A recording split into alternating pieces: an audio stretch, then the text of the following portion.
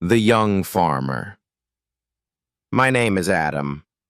I'm an old man now. I am 82 years old. I sit on my porch with my grandchildren. My hands are old and wrinkled. These hands have many stories to tell. Emily and Liam, my grandchildren, like my stories, so I tell them about my life. I tell them about this farm. This farm was not always big and green, I say. It was once small and rocky. I was a young man then. My father gave me this piece of land. He said, "Son, make a life here." It was a hard start.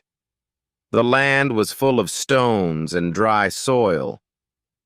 My first year was very difficult. I worked from morning until night every day.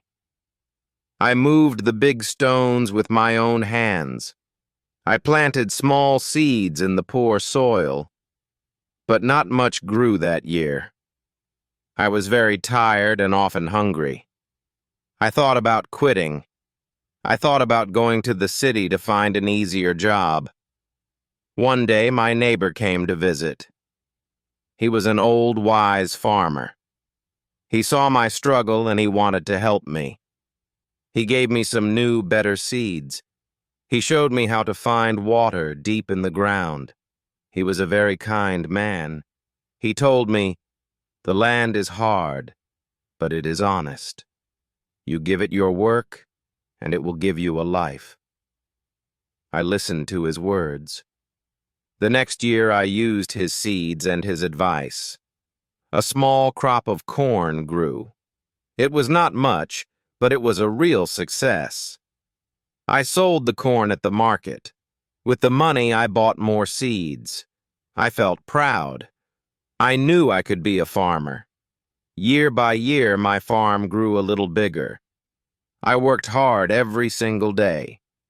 The rocky land slowly became good soil. I bought a cow. She gave fresh milk every morning. Then I bought some chickens. They gave me fresh eggs. My life was getting better. The farm was my work and my home, but my home was very quiet. I was alone. One day at the town market, I saw a young woman. Her name was Sarah. She was selling bread. She had a very kind smile. I was shy, but I talked to her. I bought some of her bread. We talked every week at the market. I started to like her. I asked her to visit my farm. She came and she saw my hard work. She did not mind the simple life. She loved the land too. A year later, Sarah became my wife. She came to live with me on the farm. The house was not quiet anymore. It was full of her laughter and her songs. We worked together, side by side. Our love made the hard work feel easy. We were a good team. The farm grew much stronger with her help. She planted a big garden with many colorful flowers. Then we had a very good year. The rain came at the right time. The sun was warm. Our harvest was huge. We had so much corn and vegetables. We sold it all at the market. We made enough money to build a bigger, stronger house. Those were the golden years. We had a strong farm, a new house, and each other. We were so very happy together. But a farmer's life is not always sunny. It has its hard times too. One summer the sky turned dark and gray. A big storm came. It was not a normal storm. The wind was like a monster. The rain was heavy, like a river from the sky. The storm did not stop. It went on for 3 long days and 3 long nights. We stayed in our house and we prayed. When the storm finally passed, we went outside. My heart broke. The fields were all flooded with brown water. Our beautiful corn was all gone. The garden was washed away. The strong wind had broken the roof of our old barn. We lost almost everything we had. All of our hard work was gone in just 3 days. The farm was a sad, wet mess. I sat on the wet ground. I felt completely hopeless. I told Sarah, "We have lost everything. We have nothing left now." I said, "Maybe we should leave. Maybe we should go to the city." The dream of the farm was broken, I thought. But my Sarah was very strong. She took my hand. She said, "No, Adam, we did not lose everything. This is not the end." She pointed to the ground.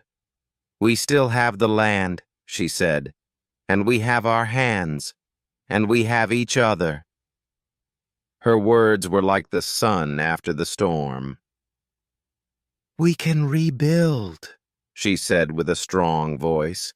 "We will start again." Her hope gave me new hope. Her strength gave me new strength. We were not beaten. We would fight for our farm. So we started the hard work of rebuilding our farm. It was like my first year all over again. It was difficult work. We cleared the mud from the fields. We fixed the broken fences. We worked from the sunrise to the sunset. But this time, I was not alone. I had Sarah by my side.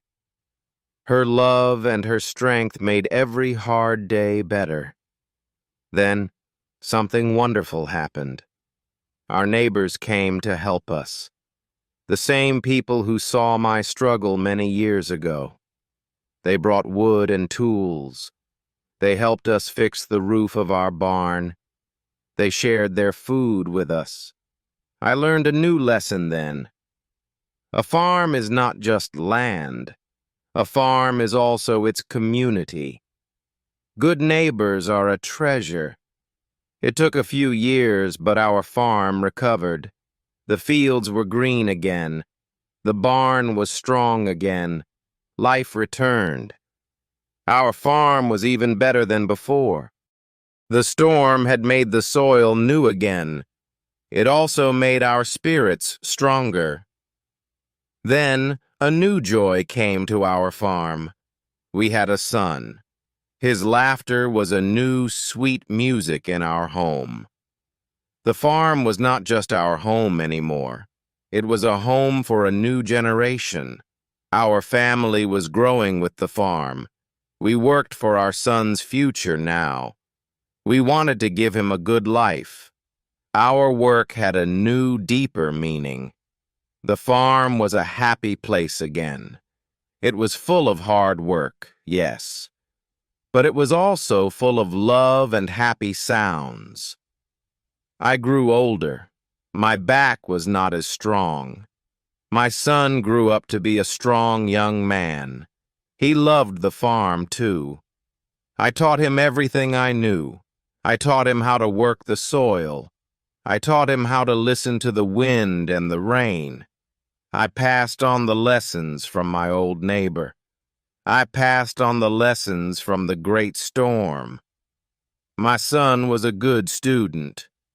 Now I bring my story back to today. I look at Emily and Liam, my grandchildren. Their eyes are wide and full of questions. You see, I tell them, this farm is your story too. The work of your grandfather and your father is in this soil. Sometimes I take them for walks on the farm. I show them the baby cows. I let them pick ripe red tomatoes. They are learning the ways of the farm. Their small hands are learning the feel of the earth. It makes my old heart happy. I look at my own hands now. They are wrinkled and covered in spots. They are the hands of an old farmer. These hands are very tired, but they are also very proud hands. They built a life from nothing but rocks and hope. So remember this, I tell my grandchildren. The land is a good and honest teacher. It teaches you many important things. It teaches you about hard work and patience. It teaches you that even after the worst storm, the sun will shine again. And it teaches you that love is the best seed you can plant. They smile at me, and I know the farm is in good hands. I hope this session was helpful. Please like and subscribe to our channel for more such interesting stories. Take care, everyone.